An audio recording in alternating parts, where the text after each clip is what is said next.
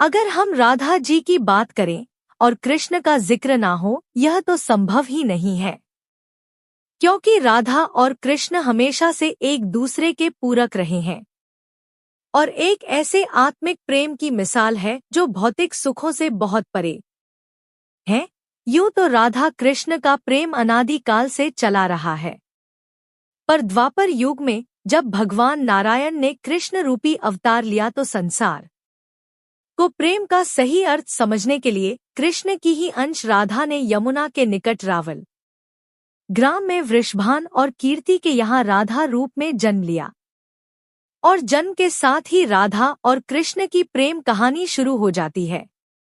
मगर दोस्तों, ऐसी क्या घटनाएं और स्थिति बन जाती है कि राधा को कृष्ण के विरह का सामना करना पड़ता है और कृष्ण क्यों अपनी प्रिया बांसुरी को तोड़ देते हैं?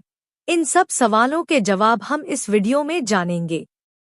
दोस्तों, कहा जाता है कि राधा जन्म से आंधी थी और स्वर्ग लोक से यह वचन लेकर ही पृथ्वी लोक आई थी कि जब श्री कृष्ण की प्रथम दृष्टि उन पर पड़ेगी तभी वो संपूर्ण जगत को देखेंगे, अन्यथा नहीं। तो देखा आपने कैसे शुरुआत से ही दोनों एक दूसरे से जुड़े रहे हैं। बचपन से ही कृष्ण अपनी लीलाओं और बांसुरी की मधुर धुन से पूरे बरसाना के मन को मोहित करते रहते हैं और राधा और कृष्ण तो 8 साल की उम्र से ही अपने प्रेम का आनंद लेने लगे थे। श्री कृष्ण को अपने जीवन में राधा और बांसुरी दो ही सबसे प्रिय थी, जो आपस में एक दूसरे से गहराई से जुड़े थे। जब भी श्री कृष्ण बांसुरी बजाते राधा उनके पास दौड़ी चली आती और घंटों बांसुरी की धुन में मग्न रहती, जो उनके प्रेम को और बढ़ाता गया। वो यमुना नदी के तट पर बैठकर घंटों समय व्यतीत करते थे, पर उनका यह सुखद समय कुछ ही वर्षों का था, क्योंकि जैसे कृष्ण के मामा कंस को उनके वृंदावन में होने का पता चला, उसने तुरंत ही कृष्ण को मथुरा में युद्ध का निमंत्रण दे दिया, जिसके लिए कृष्ण को अपनी यशोदा माया और पूरे गांव के साथ राधा को भी छोड़कर जाना था। कृष्ण और राधा दोनों को पहले से पता था कि कृष्ण अब वृंदावन वापस कभी नहीं आ पाएंगे और बहुत समय तक एक दूसरे से मिल भी नहीं पाएंगे। तो इसलिए मथुरा जाने से पहले राधा ने कृष्ण से 2 वचन लिए। पहला वचन था कि राधा के हृदय में हमेशा केवल कान्हा का वास रहेगा और दूसरे वचन के अनुसार मृत्यु से पहले उन्हें कान्हा के दर्शन होंगे। परंतु इन वचनों को देने के बाद श्री कृष्ण को पता था कि राधा उनके विरह में बहुत विलाप करेंगी, तो राधा हमेशा खुश रहे, इसके लिए श्री कृष्ण ने भी राधा से वचन लिया कि राधा को कृष्ण की याद में अब एक भी अश्रु नहीं बहाना होगा। यह वचन लेने के बाद श्री कृष्ण मथुरा की ओर बढ़ जाते हैं और राधा वृंदावन में ही रह जाती है, जिसके बाद से राधा का वर्णन बहुत कम ही मिलता है। इसके बाद कृष्ण ने मथुरा जाकर कंस का वध किया और अपने माता पिता देव की वासुदेव को मुक्त कराया और फिर उन्होंने मथुरा से आगे बढ़कर प्रजा की रक्षा के लिए द्वारका नगरी की स्थापना की, जिसके बाद से उन्हें द्वारकाधीश कहा गया। कृष्ण द्वारिका में रुक्मिणी और सत्यभामा से भी विवाह करते हैं। साथ ही इनके अलावा भी कृष्ण की 16,108 रानी थी, जिनसे रुक्मिणी कृष्ण की सबसे प्रिय पत्नी थी। उन्हें केवल कृष्ण की छवि को देखकर ही उन्हें अपने मन में बसा लिया था और कृष्ण से विवाह के लिए वो अपने भाई रुक्मी के विरुद्ध भी चली गई थी। प्रेम पत्र के माध्यम से कृष्ण को बुलाकर और कृष्ण के साथ भाग गई थी। फिर उन्होंने कृष्ण के साथ द्वारका नगरी में सुखपूर्वक अपना जीवन व्यतीत किया और कृष्ण भी अपने देवी कार्यों में लीन हो गए। बहुत अच्छे प्रेम का माध्यम मानते हैं, पर राधा और कृष्ण तो एक ऐसी मिसाल है जिन्होंने तो कभी विवाह ही नहीं किया, केवल अपने मन और हृदय से एक दूसरे को प्रेम किया और उसी सच्चे प्रेम से एक दूसरे से हमेशा बंधे रहे।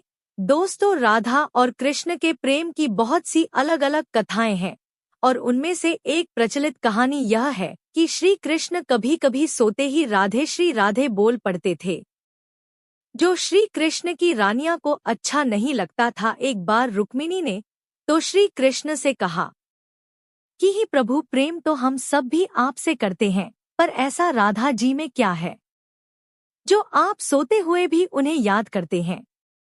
तो कृष्ण बोले, तुम एक बार राधा से मिल आओ, फिर तुम्हें खुद ही पता चल जाएगा, और उनके लिए कुछ लेते हुए भी जाना। जिसके बाद रुक्मणी राधा जी के लिए बहुत गर्म दूध ले जाती है और राधा के महल के द्वार पर पहुंचती है, जहां वो तेज और उज्ज्वल स्त्री को खड़ा देखती है।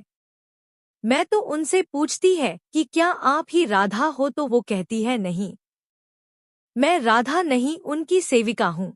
राधा रानी तो 7 द्वार के अंदर मिलेगी। तो रुक्मिणी जी 1-2 करके ऐसे सभी दीवारों को पार करती जाती है। दोस्तों, जब वो राधा रानी के कक्ष में पहुंचती है तो उन्हें पता चलता है कि राधा कई रातों से कृष्ण नाम जपते हुए जगती रही है और अभी ही उन्हें निद्रा आई है। रुक्मिणी राधा की सखियों से कृष्ण द्वारा मिलने के लिए कहने के बारे में बताती है। तो उतने में ही राधा उठ जाती है और कहती है कि कृष्ण ने आज मुझसे मिलने के लिए किसी को भेजा है। रुक्मिणी आश्चर्यचकित हो जाती है केवल कृष्ण जी का नाम लेने से। राधा जागृत हो गई और उन्हें के बारे में पूछने लगी। इतना ही नहीं, जब राधा को पता चला कि कृष्ण ने उनके लिए प्रसाद भेजा है तो वो बिना कुछ सोचे रुक्मिणी से वो गर्म दूध लेकर पी जाती है, जिसे देखकर रुक्मिणी हैरान रह जाती है। फिर वो राधा जी से बातें करके वापस आ जाती है। यह सब हो जाने के बाद जब रात्रि के समय रुक्मिणी श्री कृष्ण के पैर दबाती है तो देखती है कि उनके पैरों में छाले पड़े हुए हैं, जिसे देखकर वह हैरान रह जाती है और पूछती है कि प्रभु, आप कहाँ पैदल गए द जो आपके पैरों में छाले पड़ गए।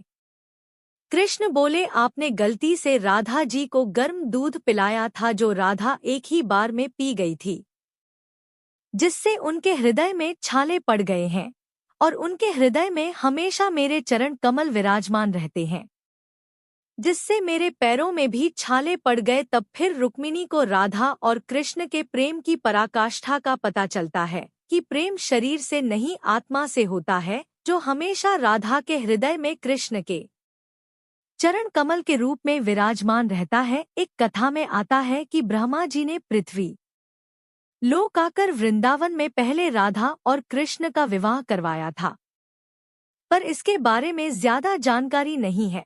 राधा भी वृंदावन में कृष्ण की भक्ति के साथ अपना जीवन व्यतीत करने लगती है और कहा जाता है कि यादव पुत्र अभिमन्यु या आयन से उनका विवाह भी हो जाता है, पर अभिमन्यु को महर्षि दधीचि का श्राप था कि अगर वो राधा को छुएगा तो भस्म हो जाएगा। इस प्रकार राधा विवाह के पक्ष भी कृष्ण के प्रेम से स्वतंत्रता पूर्वक जुड़ी रहती है। बहुत वर्षों बाद जब राधा अपना वैवाहिक जीवन बहुत अच्छे से निभा लेती है, वो समस्त जिम्मेदारियां से मुक्त हो जाती है, तो फिर वो कृष्ण के पास द्वारका आती है। द्वारिका पहुंचने के पक्ष राधा और कृष्ण आपस में मौन रहते हुए मन की अभिव्यक्तियों से घंटों एक दूसरे से बातें करते रहे। कृष्ण के अलावा द्वारका में राधा को कोई पहचान भी नहीं पाया। फिर राधा कृष्ण के महल में निवास करने लगी और कृष्ण ने भी उन्हें महल में देविका के रूप में नियुक्त किया, जिससे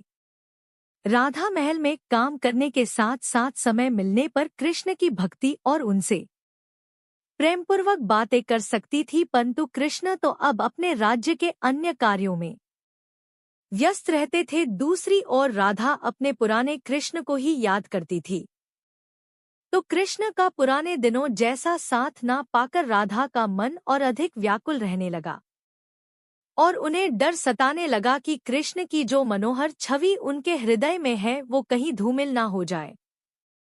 इसी डर से राधा ने चुपचाप तरीके से राजभवन और द्वारका नगरी भी छोड़ दी। जिसके बाद ऐसे ही कुछ समय और बिताने के बाद जब राधा का अंतिम समय पास